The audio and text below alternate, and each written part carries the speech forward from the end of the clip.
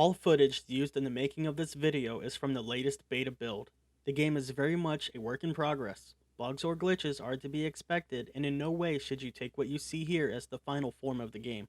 This video is for informational purposes only. I hope you enjoy.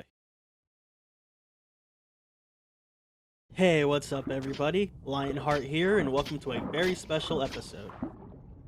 We're going to be taking a dive into some wonderful beta gameplay for Last Tide.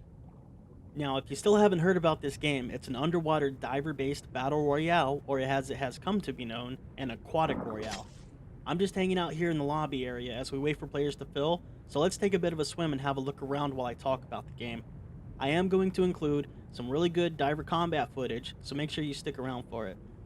Now, Last Tide follows your standard royale setup. You have 100 players all fighting to be the last one standing. Right now, the beta is intended for squads, but you can still queue as solo, and solo games should be implemented later on. You're dropped into a large map via an aquatic pod launched from a boat, so you do get to choose where you want to land. You then loot the world searching for weapons, gear, meds, and boosts. These all come in different varieties and qualities. You're going to manage all of this loot using a very well organized inventory system that I'll be talking about later on. You're constantly pushed towards the center of the zone by Last Tide's unique shark shield mechanic. This limits the safe area by protecting you from sharks that are outside of the zone. If you do get stuck outside, you'll find yourself quickly being tracked down by some fearsome predators. You are, however, able to defend yourself if you're equipped properly and react quickly enough, although this is going to likely give away your position to anybody that's around you. There is another element of danger that's present in the game, thanks to depth charges that are dropped by a stealth bomber that periodically flies over the map. These depth charges are very unforgiving and can even penetrate through buildings that you're in if they're close enough to the blast zone. If you're having troubles finding the loot that you need, there is another option to scavenging the world. Care packages are brought in from time to time and will contain some of the higher tier items for you to use. Combat itself is going to be a bit different as the fighting is taking place underwater. The water provides resistance, so you're generally going to need to compensate your aim by leading in order to hit your target. Any bullets fired will leave trails behind them through the water that can be seen by other divers who are close enough, so make sure it's worth firing your gun before you actually do. You will not only have to watch around you horizontally, but because we're underwater, you're going to have to pay attention to everything that's above you and below you as well. You can easily be flanked if you forget this. You are able to sprint, and it's going to make you swim faster. This is going to increase the sound that you make, and it'll cause you to breathe harder. It's going to make more bubbles float out of your diving mask. These bubbles can be seen as well as heard from a short distance away, so be mindful of that. If you're on a team and you take fatal damage, you will enter a downed state that everybody's more than likely familiar with by now. You can move around, but that's pretty much your only defense, and you're going to have to rely on a teammate to pick you back up before you bleed out. Being that this game is a battle royale, it does share similarities with a couple others, but there's enough stuff in it to make it very unique, and it's worth checking out, trust me. I'm being told in the Discord that the game should start here in just a moment. What I'm going to try to do this first round, I'm not actually going to play the game and try to win. I'm just going to go and loot a little bit so I can show you guys some of that game mechanics. Here you can see the boat that everybody has to start out on. The boat will pick a random path across the map. You'll eject when you're close to the area that you want to go to, and then you have to pilot your pod the rest of the way. Now pay attention to how fast the boat's moving here, and you can get a general idea about the size of the map. It's actually pretty big. You'll notice that there's plenty of named areas to explore in your search for gear. Now there's bigger places like Exogel Energy and Big Rigs. Those are kind of like the Pachinki or Tilted Towers. There's going to be a lot of loot to search, and it's probably your hotspot for early game combat if that's the type of thing that you enjoy. If you enjoy a bit slower paced game, there's plenty of places that are a bit more out of the way, such as my favorite little spot, Hades Hideout. These are smaller areas, but you're going to find most of everything that you need. Now loot itself is actually scattered all over the map in unnamed areas as well, and it can be found in diver cages, sunken lifeboats, and even rock formations that also provide shelter, just to give a couple of examples. We should be close enough, so let's go ahead and launch our pod. Now these pods don't operate forever. You have about, I'd say, 1.5 grid squares to work with. Anything further than that and you'll be swimming the rest of the way. These pods are fully controllable, and you can maneuver left, right, up, or down to avoid any obstacles that are in your path. And you can even go up through the water. Now, one thing that I do recommend is actually staying very close to the surface because once these pods run out of fuel or power, I guess, they will fall straight down. And the higher up you are, you'll get a little bit of extra distance out of it before you have to start swimming. Should only have a couple of seconds left here. All right, and it just crashes, it opens up, and you're free to go. We're just going to finish swimming the rest of the way here. I'll speed it up so that you don't have to actually sit through 30 seconds of this. Now, any loot that you come across in the open world is very easy to spot. It has this nice outline, it has a different color, and if you see the ammunition up there, it flashes. So again, everything's pretty easy to spot. Now, there's two different ways to pick up items. You can point your crosshair straight at it and use your keybind, which I believe is F by default. The other option is to open up your inventory and drag it from the vicinity into your bags or straight to your weapons. Some of you might prefer this method, but it's also very useful if there's like a large cluster of items and you're just trying to get something specific. Now, if you pay attention to the bottom center of the screen directly to the left of it, I'm going to highlight it for you. You see that I have flippers, a vest, a helmet, and a bag. These are your four main items of gear, but pay attention to those little dots underneath them. Those will tell you what level it is so that you don't have to keep opening up your inventory to check. With the exception of ammunition and attachment, everything that you find in the game will have a level indicator and color attached to it. You can see these by looking at the item directly in the world or opening up your inventory and checking it. You'll have level 1 with 1 dot and gray. Level 2 has 2 dots and is blue. And level 3 has 3 dots and I actually don't know what color it is. I do have a problem with colors. Please don't judge me. But I think it's green. You can also see the damage that each weapon does by opening up your inventory and hovering over it. Now, speaking of inventory, we're going to go ahead and take a really good look at it, so pay attention. You'll notice on the left it shows everything that's in the vicinity, and it's organized, very nice and neat. I love this feature about the game. It's not all just thrown on there and you have to find what you want. This makes it very easy to pick up something quickly.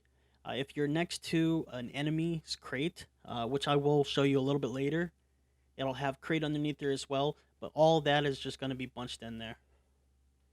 In the next section, you see our bag. It'll tell you at the top of the screen how much you're currently carrying and how much you're able to carry. You start off kind of low, so picking up a bag, as with most games, is pretty important. Underneath that, you'll have your ammo, your throwable, your health, and your metagas. Ammo, it's all the same, different types for different weapons, but there's only one quality. As far as throwables are concerned, you have 3 different types currently. There's a flare, there's a chumnade, and there's an ink grenade.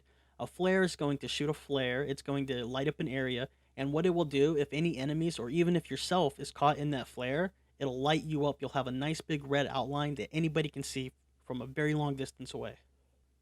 Now, a chumnade is one of the very unique things about Last Tide. If you don't know what chum is, Google it. But what a chumnade will do, it will drop a nice cloud of chum. Any divers that are stuck in it will take a little bit of damage, but sharks will be attracted to them. They will come, they will pick them up, they will drag them out pretty far away. They'll deal damage until the shark is dead. The next thing that we have is the ink grenade. This is pretty much your basic smoke grenade. It has a pretty short distance, but it will conceal very well. It's big black cloud. You're not going to be able to see through it. Your next items are your health items. Everyone's familiar with those, so we're just going to skip that and go straight to metagas. Now, what a metagas is, it's a boost item. It will increase your speed slightly and your health regen slightly as well. I'm not sure if it has any added benefits such as faster aiming or more accurate aiming. That information hasn't been released. The middle section, you can see that we have 5 different weapon slots. You can carry 2 primaries, 1 sidearm, and you always have a lobber and a knife. You start off with those last 2, and you can't change them. You'll notice in my sidearm slot, I have a grappling hook. We'll get into that in a little bit. It's one of the better items. It's very unique, and I absolutely love the utility. You could also have pistols or spear pistols in those slots as well.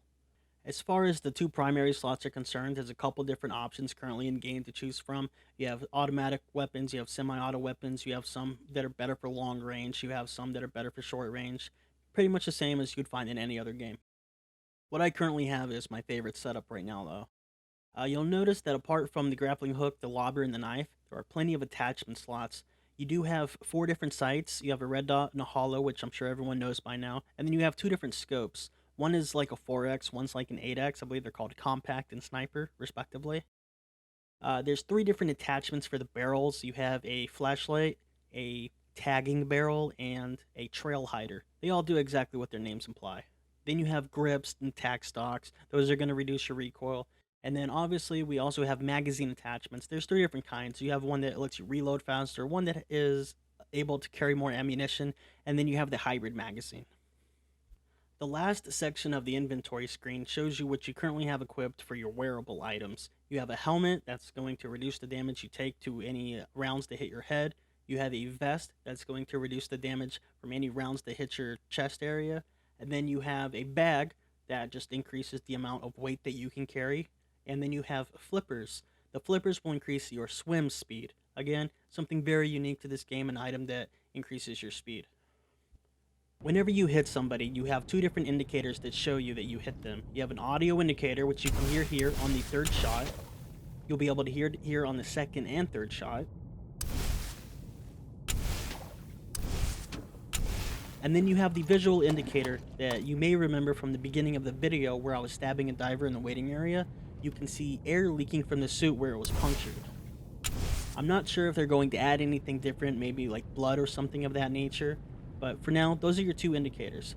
You can hear the audio indicator one more time here. Not sure if you have to add headphones on to be able to hear it in this video. But I'm going to shoot 3 rounds at this diver. You're going to hear all 3 of them.